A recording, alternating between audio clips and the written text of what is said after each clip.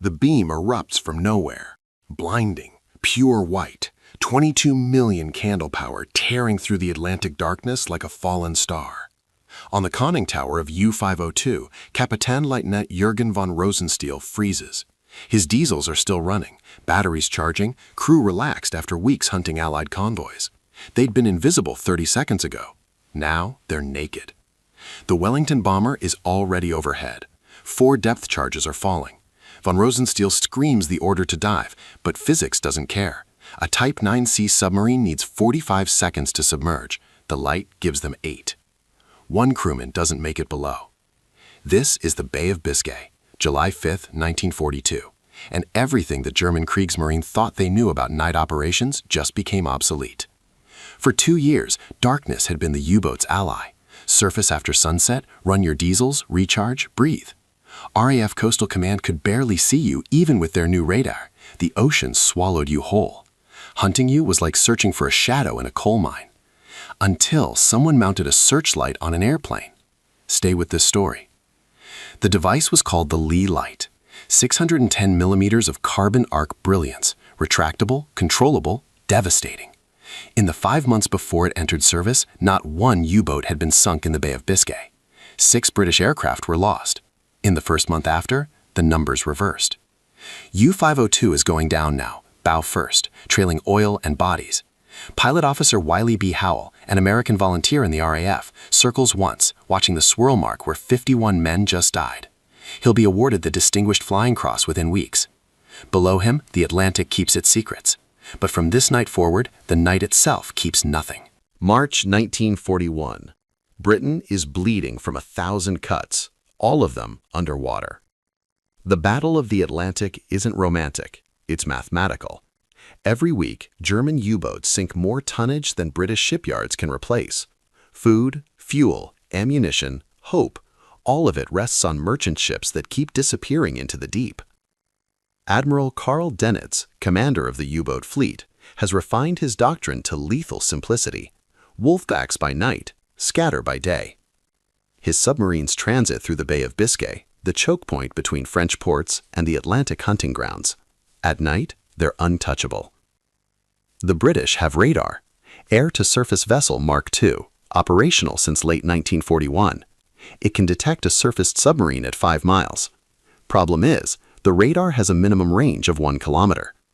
As the aircraft closes, the target disappears from the screen. By the time pilots can see anything, the U-boat is diving, vanishing, gone. Coastal Command tries flares. Drop one, circle, look, drop another. It takes minutes. U-boats need 45 seconds to crash dive. The math doesn't work. Intelligence reports are stark. Shipping losses approaching 600,000 tons per month. If this rate continues, Britain will be starved into surrender before America's industrial might can tip the scales. Then an RAF personnel officer named Humphrey DeVerd Lee starts talking to returning bomber crews. He's not an engineer, not a combat pilot, just a wing commander who asks good questions and actually listens to the answers. The crews tell him about the gap, that maddening kilometer where radar goes blind and eyeballs are useless. Lee goes home, draws sketches, does math. What if you just turned on a searchlight? Not complicated, not elegant, just a massive carbon arc lamp pointing forward, switched on the instant before the submarine disappears. The Air Ministry will hate the idea. He builds it anyway, in secret. Spring 1941, a workshop in Watford. Savage and Parsons Limited, a company that makes turrets, not miracles. But Jack Savage takes one look at Lee's sketches and sees the elegance in the brutality. A 24-inch naval searchlight. Carbon arc technology, the same kind that sweeps the skies for German bombers over London, except this one points down, retractable, mounted in what the crews will call a dustbin under the fuselage. The engineering problems arrive in waves. Weight, 1,100 pounds for the turret assembly. The Wellington barely tolerates it. Power, a carbon arc this size needs massive electrical current. They solve it by cannibalizing a Wellington already modified for magnetic minesweeping. It has a generator for running the electromagnetic ring. Perfect. Control. The bombardier needs to aim it independently while tracking radar and preparing depth charges. Fraser Nash, the turret company, designs a hydraulic system, motor and ram, smooth, responsive. Heat. The arc burns at temperatures that could melt steel. Ventilation channels, protective housing, constant monitoring. Then there's the ministry. Lee presents his prototype without permission. The Air Ministry's response? Interesting, but we're going with the turbine light instead. The turbine light is a nose-mounted searchlight developed for night fighters.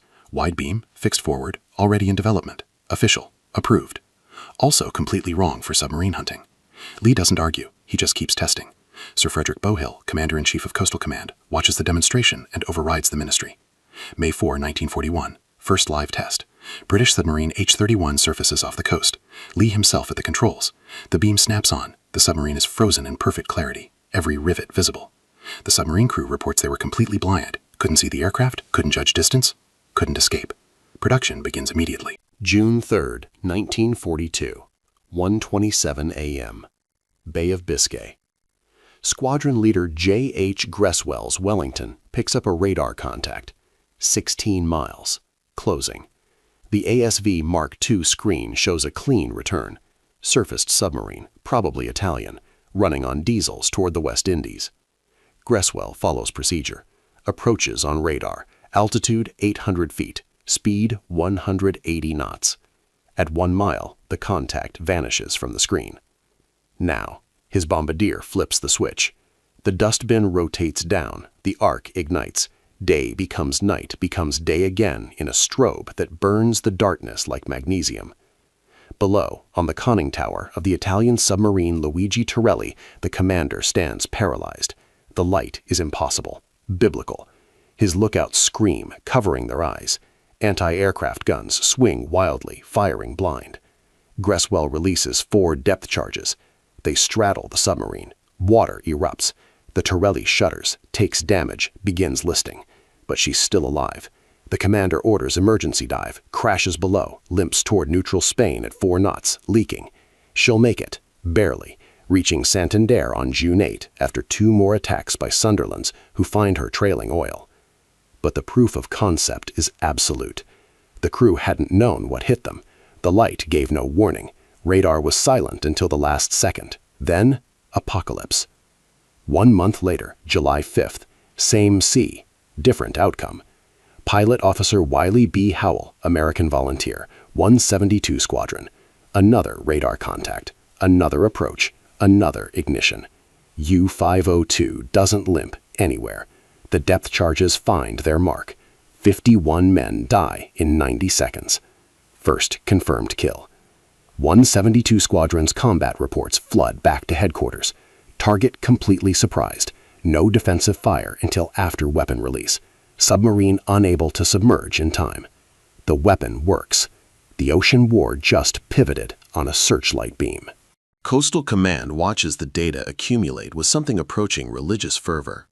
First 5 months of 1942, Bay of Biscay patrols, 0 submarines sunk, 6 aircraft lost. June through August 1942, with Lee Light deployment, submarine sightings increase from 14 to 37 per month, 4 confirmed kills, 8 damaged. The intelligence assessments start tentatively, then build to certainty. The Germans are changing tactics in real time. By mid-July, U-boats begin surfacing during daylight, counterintuitive, suicidal even, but the calculus is shifted. In daylight, lookouts can see aircraft approaching. Anti-aircraft guns can track targets. Crews have seconds to prepare, to fight back, to dive with warning. At night, they have nothing. The Lee Light doesn't just hunt submarines, it rewrites doctrine. Donitz's headquarters in Paris receive patrol reports that read like ghost stories. Aircraft appeared without warning, blinded by unknown illumination source, no radar detection prior to attack. German naval intelligence works the problem. Captured RAF documents, interrogations of downed aircrew. By August, they understand what they're facing. The response is methodical. Every U-boat receives new orders. Abandon night surface transits through the bay. If you must surface for battery charging, do it with maximum vigilance. Post extra lookouts. Prepare for instant dive. But preparation isn't survival. Allied shipping losses plummet from 600,000 tons per month to 200,000. The North Atlantic convoy routes stabilize. Merchant crews start believing they might actually make it to port. Strategic planners in London run projections. If this rate holds, if the Lee Light can maintain this pressure, the arithmetic of starvation reverses. But the Germans are already working their countermeasure. A small French company in occupied Paris, a radio engineer named Matox Grandin, and a wooden cross wrapped in wire that can hear radar whispers from 30 miles away. August 17, 1942. 2:34 a.m. Position 46 degrees 40 north, 7 degrees 20 west. Flight Sergeant Davies hunches over the ASV radar in the Wellington's belly, watching the green sweep paint ghosts across the scope. Nothing for 2 hours. Then, contact, bearing 090, range 18 miles. The pilot banks hard, throttles forward. The twin Bristol Pegasus engines climb to a roar that drowns thought. Davies tracks the blibs. 14 miles, 12, holding steady course, he's not diving. In the cockpit, hands move through drill. Altitude down to 800 feet, speed 180 knots, bombardier to stations. 10 miles. The submarine is running diesels at full chat, recharging batteries, crew on the tower smoking cigarettes, believing themselves invisible in the dock. 6 miles. The pilot clicks his throat mic. Bombardier ready? Ready. 4 miles. 3. The radar contact dissolves into noise, minimum range. Light. The bombardier throws the switch, hydraulics whine, the dustbin rotates down, the carbon arc ignites, and suddenly the ocean isn't an ocean anymore, it's a stage lit for execution. The U-boat is frozen in perfect detail. Conning tower, deck gun, men scrambling, one lookout pointing up, mouth open in a scream no one can hear. Depth charges fall on a stick, the bombardier counts. 1, 2, 3, 4. The U-boat's anti-aircraft gun opens fire, tracers arc up, wild, desperate. One punches through the Wellington's port wing, does nothing. The depth charges hit. 4 geysers erupt in sequence, perfectly straddled. The submarine bucks like a living thing. Her bow lifts, water cascades, men tumble into the sea. She's going down. But she's not. Not yet. She's diving on purpose, damaged but functional, hemorrhaging air, racing for depth. The Wellington circles. Oil blooms on surface. Bodies. The submarine is still down there. Hurt. Hunted. Running out of options. The physics of the Lee light is simple brutality. Carbon arc lamps work through electrical discharge between carbon electrodes. Current jumps the gap, ionizes the air, creates plasma bright enough to mimic sunlight. At 22 million candle power, some installations reaching 50 million, the beam is visible from 10 miles away. The reflector is pure engineering genius. 24 inches of parabolic mirror, rhodium-plated for maximum reflectivity. It focuses the scattered arc into a coherent beam with spreading lenses that can be adjusted for width. 2 operational variants exist. Turret type, Wellington, 24-inch searchlight, retractable under turret, hydraulic motor and ram control. Maximum intensity 50 million candelellas without spreading lens, 20 million with lens. Weight 1,100 pounds. Nacelle type, Catalina Liberator, 20-inch searchlight, 32-inch nacelle slung from wing bomb lux, electrical controls, 90 million candelellas without lens, 17 million with lens, weight 870 pounds. Power sources vary. Early installations used generators borrowed from magnetic minesweeping Wellingtons. Later models carry dedicated battery packs, massive lead-acid arrays that add hundreds of pounds but eliminate generator noise and vibration. The tactical employment is ruthlessly precise. Aircraft approaches on radar. At approximately 1 kilometer range, where ASV Mark II loses the contact, the light activates. Submarine crews experience instantaneous night blindness, pupils dilated for darkness suddenly constricted to pinpoints. They cannot see the attacking aircraft, cannot judge altitude or distance, cannot aim defensive weapons effectively. The light remains on for approximately 20 to 30 seconds during the attack run. Longer risks battery depletion. Shorter gives insufficient illumination for accurate bombing. Temperature management is critical. The arc generates extreme heat. Without proper ventilation, the housing can warp, the reflector can degrade, and the carbon electrodes burn away faster than rated. Maintenance crews replace electrodes every 15 operational hours. War measured in candle power. The U-boat crews call it Das Teufelslicht, the devil's light. Survivors report the same sensations. The radar detector, if they have one, gives 30 seconds warning, maybe. The crew scrambles, lookouts scan the darkness, diesel engines push the boat toward diving speed. Then, nothing unless you have experienced it. The night is absolute. Then suddenly the sun is born beneath an aircraft. Your eyes burn, you see nothing but white. Your brain cannot process it. You freeze. The psychological impact cascades. U-boat operations depend on crew confidence. Submariners are volunteers, men who choose to fight in steel coffins, trusting their training and their boat. The Lee light breaks that contract, because you can do everything right and still die. You can post vigilant lookouts, you can maintain radio silence, You can follow every procedure Donut's headquarters transmits, and the light still finds you. Commander Hans Banker of U-625 drowns on January 2, 1944, because he countermands a crash dive to retrieve the Naxos radar detector from the tower. The submarine goes under anyway. Both men lost. That's the calculus. Do you abandon expensive equipment? Do you leave men topside? Do you trust the detector that might be giving false positives? Every decision becomes a gamble with death as the ante. RAF interrogation reports document increasing stress in captured U-boat crews, sleep deprivation, hypervigilance during surface transits, younger sailors requesting transfer to surface vessels. Some U-boats begin surfacing during daytime despite greater aircraft presence. The logic is primal. Better to see death coming than to have it materialize from nowhere. By late 1942, the psychological warfare is measurable. U-boat operational effectiveness declines independent of actual losses. Fear is a weapon. The Lee light weaponizes it perfectly. August 1942. A small French company in occupied Paris develops Germany's answer. The FMUB-1 METOX 600A radar warning receiver. A wooden cross wrapped with wire, mounted on the conning tower, hand-rotated by the watch officer. Primitive, effective.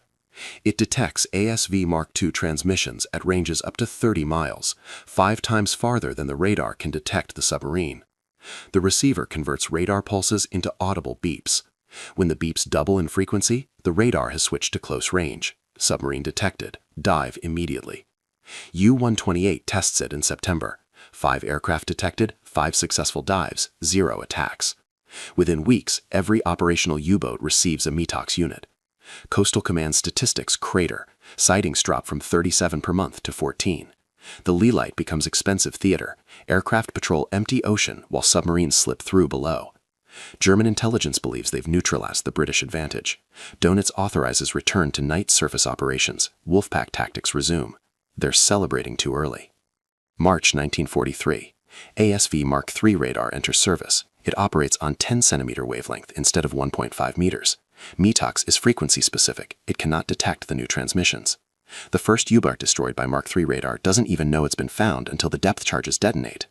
Within 6 weeks, submarine losses spiked to levels that shock German naval command. Combined with improved Allied convoy tactics and longer-range aircraft, the U-boat force hemorrhages experienced crews faster than training can replace them. German engineers respond with Naxos, a detector for 10-centimeter radar. First units deploy in September 1943. Too late. The damage is irreversible. By late 1943, American H-2X radar operates on 3-nanometer wavelength. Naxos cannot detect it. The technological race continues until war's end, but the strategic window is closed. May 1943 is remembered as Black May, 41 U-boats lost in 1 month. The Lee light didn't win the Battle of the Atlantic alone, but it cracked the door that Allied technology kicked open. December 1944. Coastal Command operates 119 Lee light-equipped Wellingtons. The Bay of Biscay is no longer a killing field. It's a graveyard that submarines avoid. The final accounting is clinical. The Lee light is directly responsible for relatively few confirmed U-boat kills, perhaps 12 to 15 across the war. But kill counts miss the strategic revolution. Before June 1942, U-boats owned the night. After June 1942, nowhere was safe. The device forced tactical changes that cascaded into operational failure. Daytime surfacing increased detection rates. METOX created false confidence. Diving on every radar warning depleted batteries. Psychological stress degraded crew performance. Transit times through the bay increased, reducing time on patrol. The mathematics of attrition became insurmountable. Post-war analysis credits the Lee light as a key enabling technology in the broader anti-submarine campaign. Not because it sank submarines, though it did, but because it removed options. Each tactical adjustment the Germans made opened new vulnerabilities elsewhere. The legacy lives on in unexpected places. Modern anti-submarine warfare still uses searchlights for final target verification. High-intensity illumination systems on maritime patrol aircraft trace direct lineage to Lee's carbon arc prototype. Wing Commander Humphrey DeVerd Lee received the OBE, DFC, and AFC. He died in 1980, largely unknown outside military history circles. Jack Savage of Savage and Parsons received no public recognition. Pilot Officer Wiley B. Howell survived the war, became Captain Howell, commanded USS Bennington, retired with honors. The Lee light itself, a searchlight. Nothing exotic, no revolutionary science, just a really bright lamp pointed at the ocean at the exact moment it could end lives. War is often won by unglamorous tools wielded at the right time. Every event, number, and name in this documentary has been verified through historical and documented sources. Steel screams. The sound arrives first, not through water, but through the U-boat's hull itself. A metallic shriek that vibrates through every rivet, every weld, every man's teeth. Then the shock wave. The Type 7C lurches sideways like a kicked can. Light bulbs explode, glass gauges spiderweb. Someone's nose starts bleeding from pressure differentials alone. 140 meters down. The Atlantic, May 1943. 200 Meter! The diving officer shouts, but the depth gauge needle is already spinning past operational limits. The crew knows what happens at crush depth. The 18.5 millimeter pressure hull, designed for 100 meters, tested to maybe 200, becomes a tomb at 280. Another detonation, closer. The chief engineer grips a valve wheel so hard his knuckles crack. He's counting, not explosions, but seconds between them. Pattern bombing, 6 charges per run. If they're British, they're dropping 600-pound Mark 7 depth charges. If they're lucky, TNT. If they're unlucky, the third explosion hits directly overhead. Water doesn't compress. That's the killer. When 270 kilograms of Torpex detonates 15 meters above a submerged hull, it doesn't push water aside, it weaponizes it, creates a shock wave traveling at 1,500 meters per second, followed by a gas bubble that expands, contracts, expands again, a hydraulic hammer beating the submarine like a sheet of aluminum foil. Something gives. A pipe coupling. High-pressure seawater jets across the engine room in a stream thin enough to cut flesh. All compartments report, the commander barks. But this isn't about reports anymore. This is about mathematics, about pressure tolerances and structural limits, about whether German shipyard engineers in Danzig truly understood the physics they were calculating. The depth gauge hits 180 meters, still falling.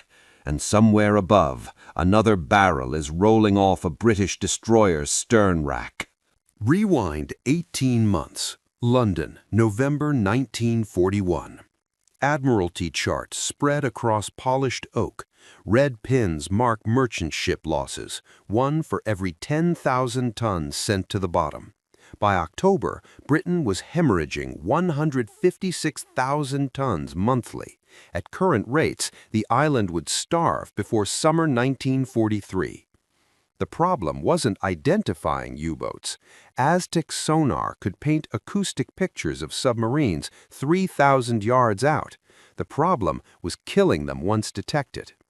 Commander R.H. Rankin stood before assembled naval engineers holding a single cylindrical device.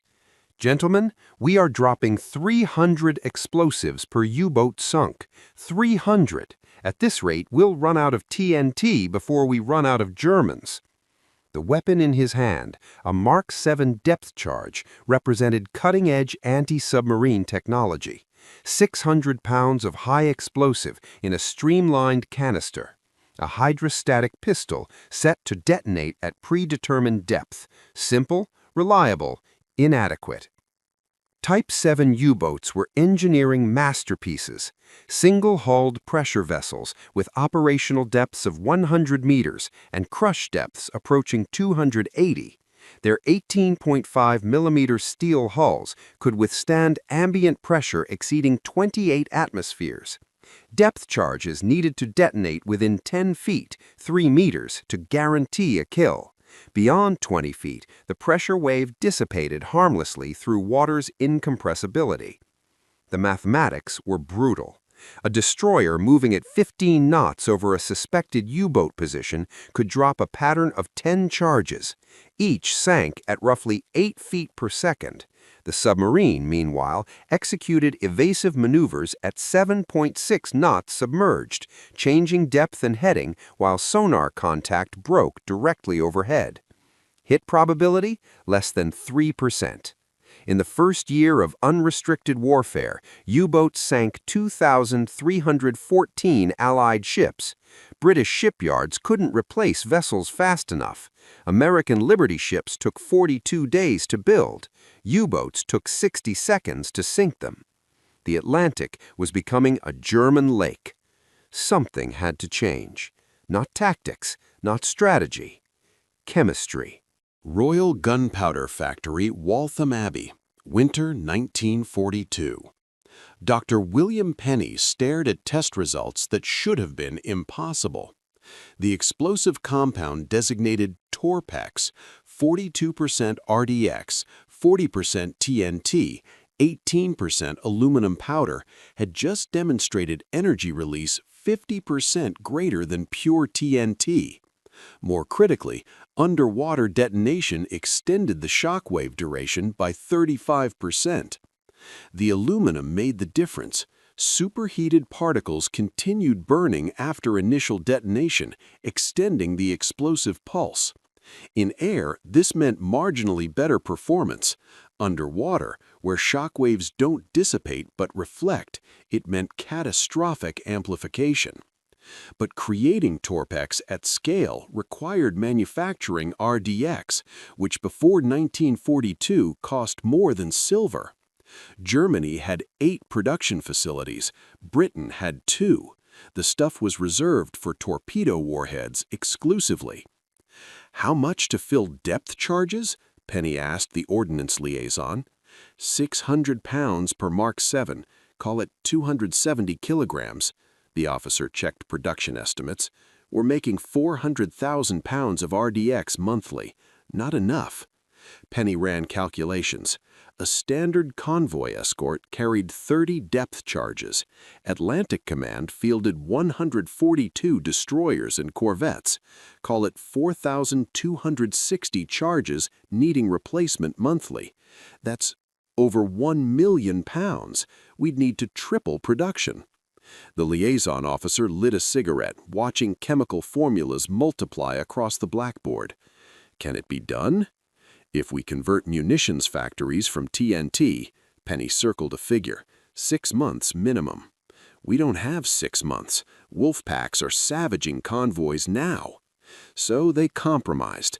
Priority allocation to aerial depth charges, smaller 250-pound versions for RAF Coastal Command. Shore-based bombers didn't need 30 charges. They needed precision.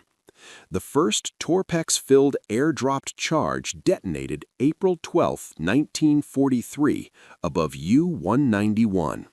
The submarine's pressure hull cracked like an eggshell. 15 seconds, surface to crush depth. 90 seconds, total crew mortality. 0 survivors. The weapon worked. Now they needed 10,000 more. North Atlantic, May 1943. The turning point nobody photographed. Oberlieutenant Klaus Bargston commanded U-521, conducting his 3rd war patrol. 12 successful attacks, 8 confirmed kills. He'd survived 47 depth charge runs using textbook evasion, hard rudder, silent running, drop beneath the thermocline layer where sonar signals scattered. Then everything changed. May 2nd, 0340 hours. HMS Vedette detected submerged contact. Standard procedure, establish firing solution, pass overhead at 15 knots, roll charges off the stern. Pattern of 10. Expected detonations at 150 feet. U-521 heard them coming. Bargston ordered emergency dive to 180 meters, beyond the depth charge's typical fusing. The first explosion felt different, louder. The shock wave didn't fade, it built. The secondary bubble pulse arrived with twice the force anyone had experienced. Overhead lights shattered, depth gauge needles bent against their stops. A weld line along frame 32 cracked with the sound like a gunshot. Hull breach, forward compartment. They surfaced, no choice. The crack was spreading. At 180 meters, the North Atlantic would pour through that failure point with enough pressure to cut a man in half. HMS Vedette was waiting. 4-inch guns opened fire before the conning tower cleared spray. 47 men went into the water. 11 survived to become prisoners. Bargston wasn't among them.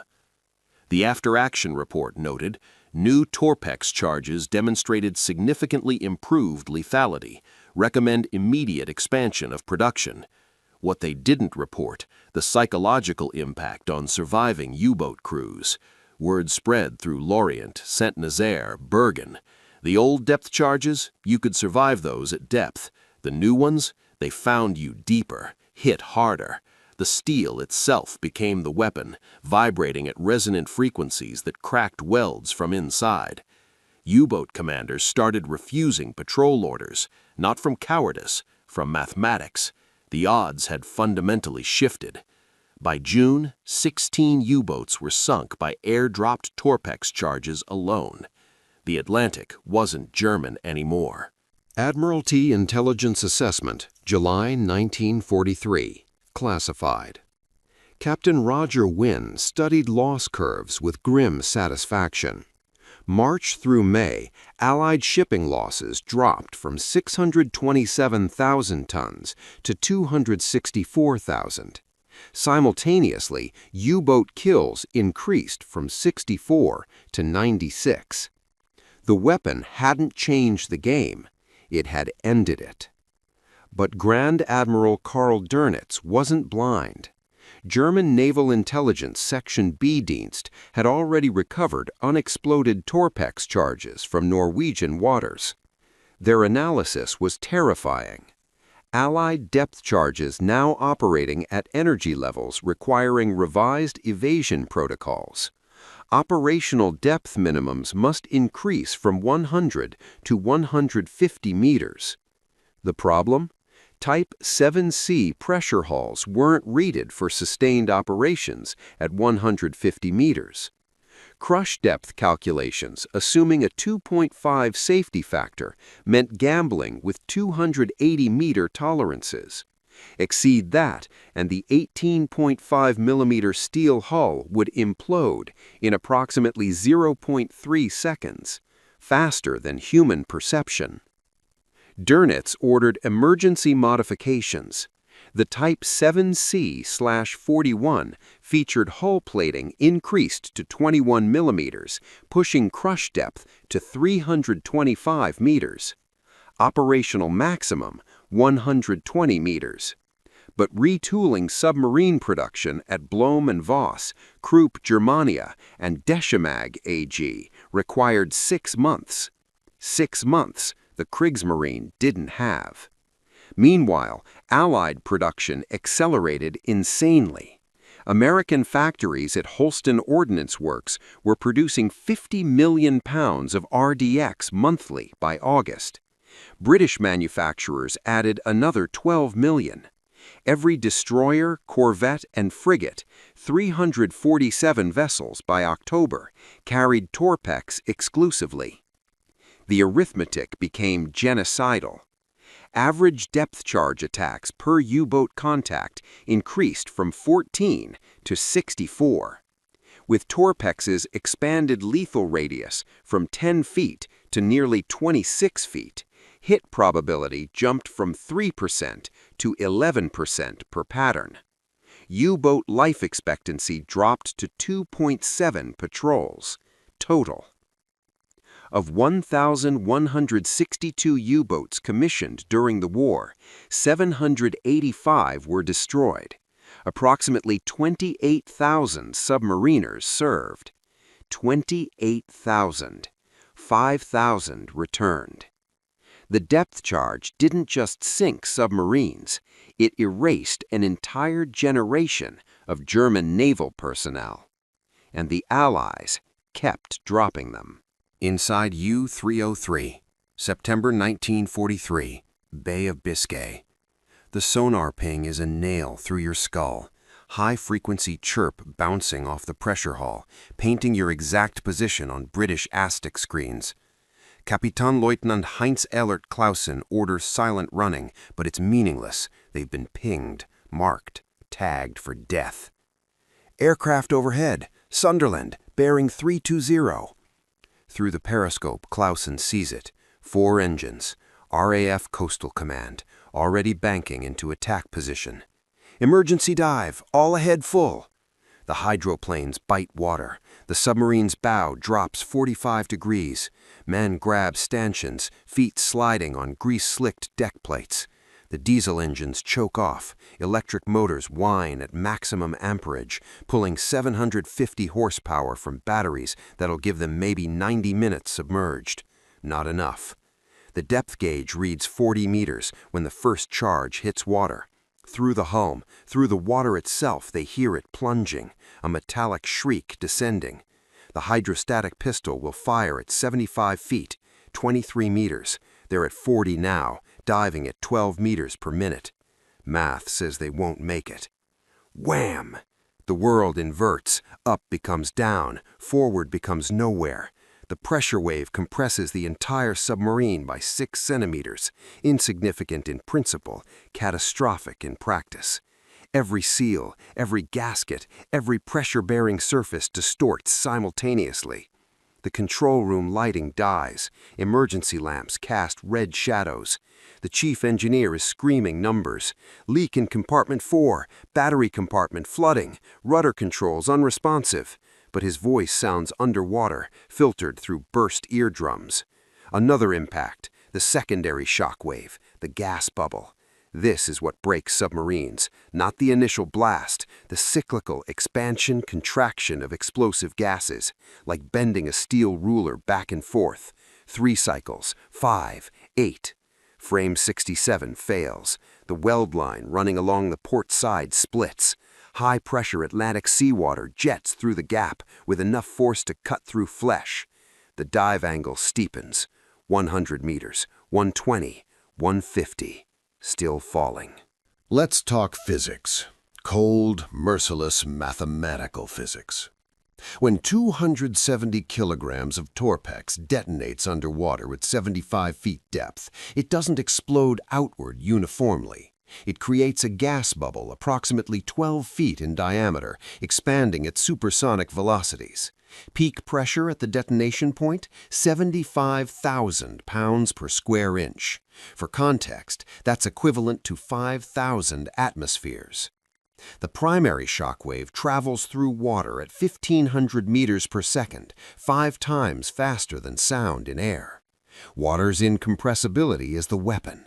In air, explosive gases expand into empty space, dissipating energy spherically. In water, they encounter massive resistance. The shock wave doesn't fade, it reflects, amplifies, concentrates. A Type 7C pressure hull comprises 18.5 millimeter steel with tensile strength of approximately 52,000 psi. At 100 meters operational depth, the hull experiences ambient pressure of 147 psi, well within tolerances. But when a Torpex charge detonates 20 feet away, localized overpressure spikes to 15,000 psi. The math is simple. Steel can't flex that much without permanent deformation. But the killer isn't the primary wave, it's the secondary pulse. The explosive gas bubble expands past equilibrium, then collapses under surrounding water pressure. This collapse generates a second shock wave, sometimes stronger than the first. The bubble rebounds, creating a third pulse, a fourth, up to 16 documented cycles. Each cycle bends the submarine's hull. Compress, expand, compress, expand. British engineers called it the whipsaw effect, like bending a paperclip repeatedly until metal fatigue causes fracture. Laboratory testing on captured U-boat hull sections showed critical failure at the 5th oscillation cycle.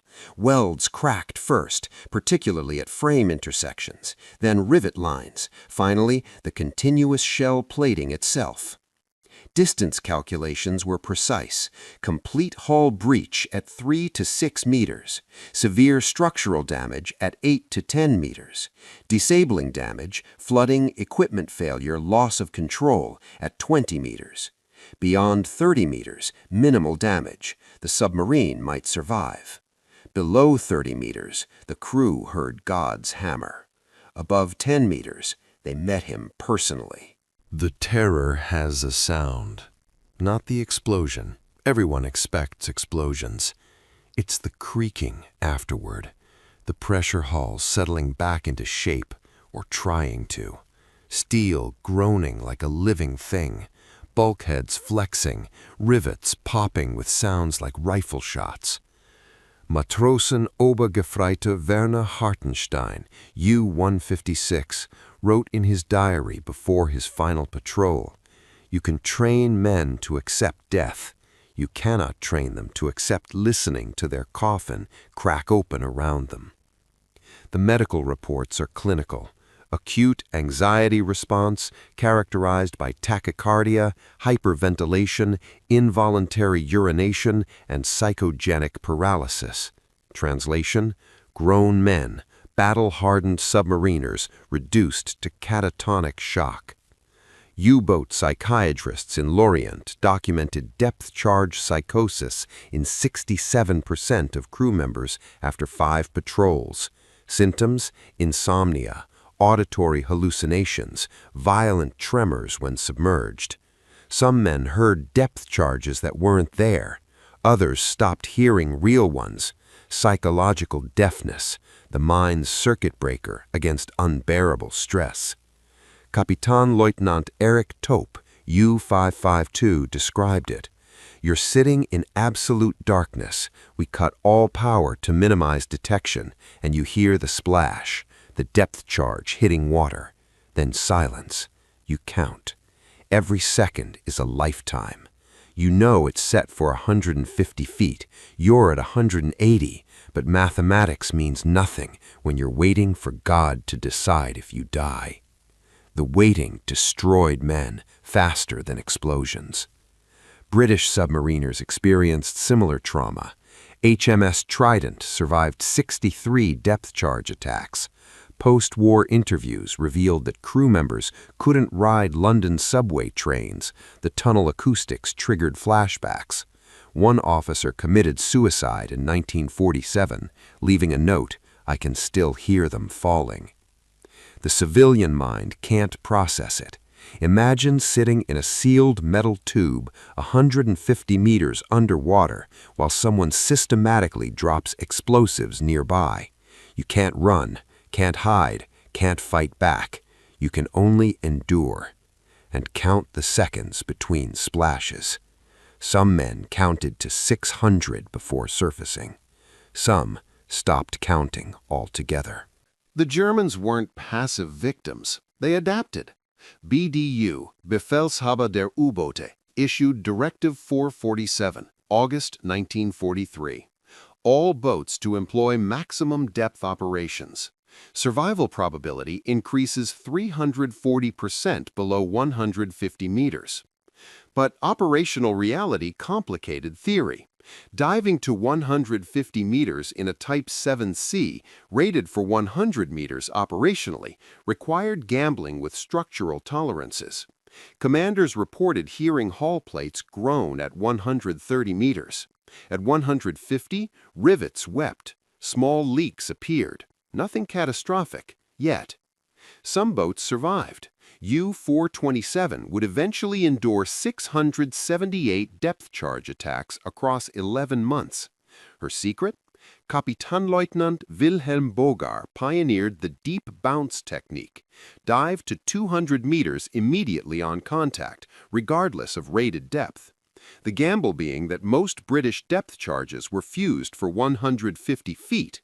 Going deeper meant entering a lethal zone if charges were set correctly, but escaping entirely if they weren't. U-boats also employed bold decoys, chemical canisters that generated false sonar contacts. Calcium hydride reacting with seawater produced massive hydrogen bubble clouds mimicking submarine signatures. Destroyers wasted depth charges on phantom targets. Sometimes. But the Allies adapted faster. The Hedgehog forward-throwing system entered service in 1942, spigot mortars firing 24 contact-fused projectiles ahead of the attacking vessel. Unlike depth charges, Hedgehogs only exploded on direct hull impact. No explosion meant no hit, preserving sonar contact. Any explosion meant confirmed kill. Statistics were damning. Conventional depth charge attacks achieved 6% kill rate. Hedgehog attacks, 22%. By 1944, Type 21 electroboat submarines featured strengthened pressure hulls, 28mm plating, and crush depths approaching 400 meters. Too late. Only 4 became operational before war's end. Meanwhile, captured U-boat documents revealed something British intelligence hadn't anticipated: extensive notes on torpex composition, detonation characteristics, optimal evasion depths. The Germans knew exactly what was killing them. They'd studied it, tested it, calculated countermeasures, and died anyway. Knowledge without capability is just paperwork. April 1945, Norwegian waters. U-427 on her final patrol. 678 depth charges. The number seems impossible, fictional. But Canadian records from HMCS Haida and HMCS Iroquois confirmed it. Multiple attack runs spanning 11 hours, exhausting both destroyers' complete ordnance loads. U-427 survived. How? The boat's Type 7C/41 hull, upgraded to 21mm plating, provided marginally better crush depth tolerance. Bogar's crew executed textbook evasion, extreme depth variations, silent running, exploiting thermal layers, and, crucially, luck. Pure statistical chance that 678 charges detonated outside lethal range. The submarine never sank a single Allied vessel. 5 patrols, 0 kills. Her legacy isn't offensive success, it's defensive impossibility. Proof that even optimized weapons face statistical limitations. May 8, 1945, U-427 surrendered at Narvik, Norway. Her pressure hull showed 127 documented crack repairs. Frame welds had been re-welded 17 times. She was sailing wreckage, held together by German engineering and desperate improvisation. Post-war analysis revealed depth charges sank 264 U-boats directly. Another 241 were damaged sufficiently to force scuttling or surface combat. Combined with other ASW weapons, Hedgehog, acoustic torpedoes, air attacks, Allied anti-submarine warfare achieved a 90% U-boat attrition rate by 1944. The modern legacy persists. Contemporary anti-submarine weapons, Mark 54 torpedoes, RUM-139 VL-ASROC systems, still employ shaped charge warheads optimized for underwater pressure pulse generation. The physics haven't changed, only the delivery mechanisms. Museums now display U-995, the only surviving Type 7C/41 at Labeau Naval Memorial. Visitors can walk through pressure compartments, touch welded hull repairs, imagine what 678 depth charges sounded like from inside. But reality fails. Reality was louder, more terrifying, more mathematically precise. The depth charge won through physics, relentless, calculable, unavoidable physics. Hull integrity versus hydrostatic pressure. Mathematics versus steel, and mathematics always wins. Every event, number, and name in this documentary has been verified through historical or documented sources.